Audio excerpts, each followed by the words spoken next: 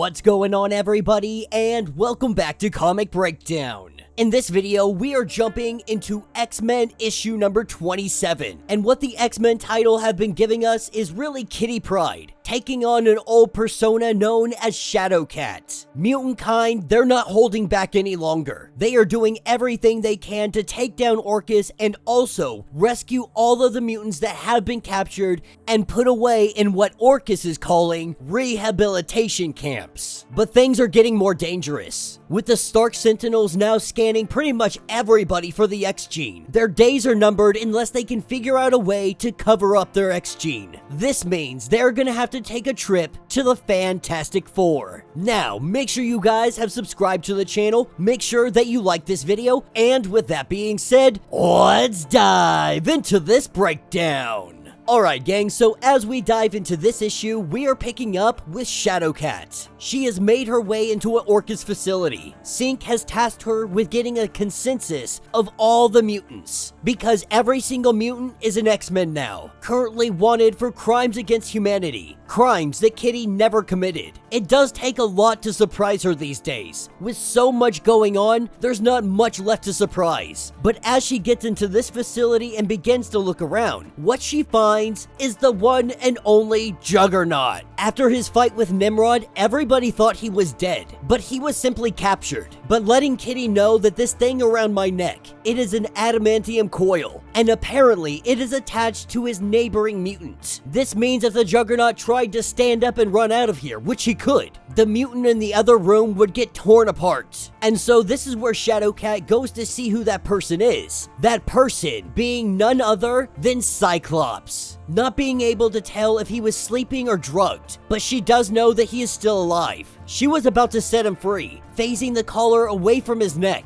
but then something stopped her. She took a look inside of his body, and what she found is that his body has been booby-trapped. Going back into the room with Juggernaut, letting him know what is on the other side and what will happen if he does decide to run out of here. They put a dead man switch on his body. He is a living trigger for some kind of bomb. They knew that they would be coming to rescue them. They took all the precautions that they could to make sure that didn't happen. Kitty Pryde says that she has no plans in leaving Juggernaut behind, taking the adamantium collar away from his neck. She is going to take this off for now, but she needs him to buy some time because the breakout is tomorrow. She is so glad to see that he is doing better. The last she had seen him, he was in bad shape. Luckily, the gem that magically heals him, it literally is coursing through his veins. As she goes to leave, she says that we are all X-Men now, so resist. This is where we go down to the Morlock tunnels. SHADOWKAT letting Sync and everybody else know exactly what she found. She also found an old Cerebro helmet, and while it may not be able to do everything it needs them to do, it may be able to recover memories. The memories of Reed Richards. Now they're hoping that he will even cooperate with their efforts. After what Xavier had did, they're not sure that they're willing to help mutant kind. But if they're able to do so, they may be able to mask the X gene. This would give them such a huge advantage over Orchis. And so as everybody heads out, we see them arriving at the family farm, where the Fantastic Four has been hiding out more or less ever since everything that went down in New York.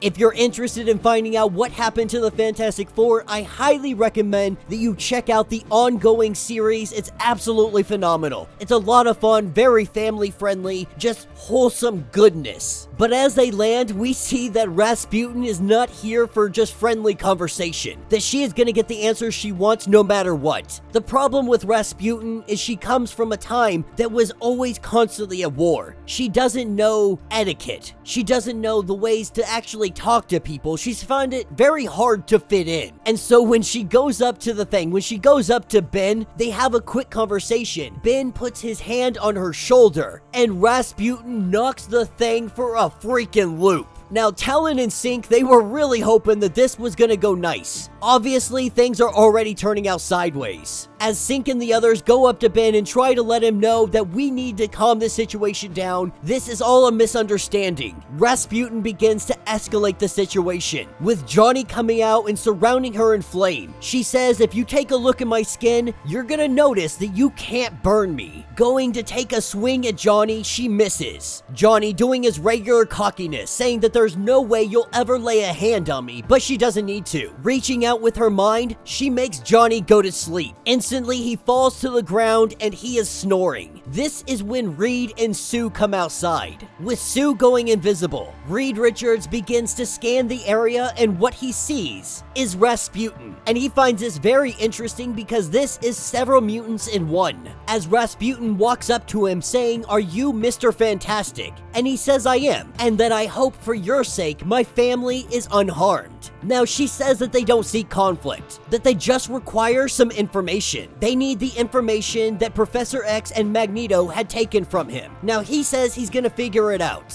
that he doesn't need her help, but this is where she grabs his arm and tells him that he's misunderstanding. They don't care if he retains the information, they just need it. But that is when the force field goes around Rasputin, and Reed tells her that I think you are misunderstanding the situation, that his mind was entered without his consent. This will never happen again. Reed going on to say to keep their guard up. She's possibly time displaced and seems to be a genetic descendant of at least 4 or possibly 5 mutants. As we see her phase through the force field, she says that it is 5. And Reed Richards can't help but agree. She also has Kitty's ability to phase, with Ben walking up to her again, getting ready to lay a smackdown on her. Not even looking, Rasputin, she knocks him for a loop again. And this is when Reed says that I assure you, the only reason that you are currently conscious is because of how much Ben enjoys a good brawl. This is when Miss Marvel comes and tries to break up the fighting. Rasputin just doesn't understand this world yet, saying that if these guys are our friends, why did Professor X take his knowledge? And if they are really our friends, why did they not show up in our hour of need? Now Sue goes on to say that they have saved the world twice this week, Reed correcting her and saying 3 times. But Reed wants to break up all of this, saying that there has been enough mistrust. What Charles and Magneto did, that was wrong. But also going on to say that perhaps his mistrust in all of this because of his son,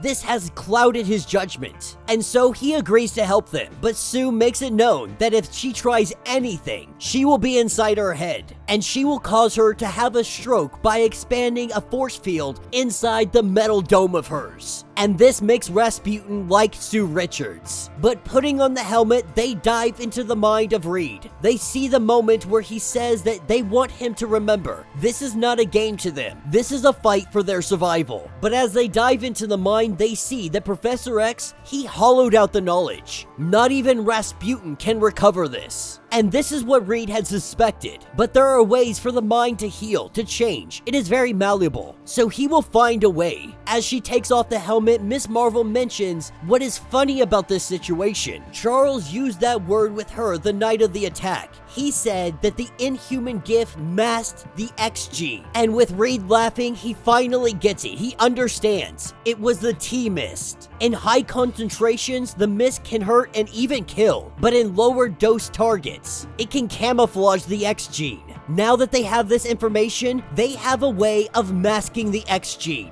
As Reed Richards gets to work on this, our heroes take off, with Ben saying that he definitely wants a rematch. Johnny not very happy because the X-Men, they're always touch and go. But Sue does remind everybody that Orcus, they are the real monsters. This is where we see a sit down between Firestar and Sinister, or Dr. Stasis if you will. He has decided what he is going to do with Juggernaut. You see, somehow Juggernaut, he escaped the adamantium collar. Luckily, Nimrod was on site to beat in his head again, with Kane being too dangerous to try and pacify. They rather execute him. That's when Dr. Stasis realized the magic gem inside of his body. He's going to extract it surgically, and then he's going to ingest it himself. He is going to be bringing to this world Dr. Juggernaut. He has already scheduled an autopsy, and soon he will be unstoppable. And that will be the end of this issue. So let me know what you guys think down in the comments. Another fun issue, this one wasn't hugely impactful. Yeah, we got to see Cyclops,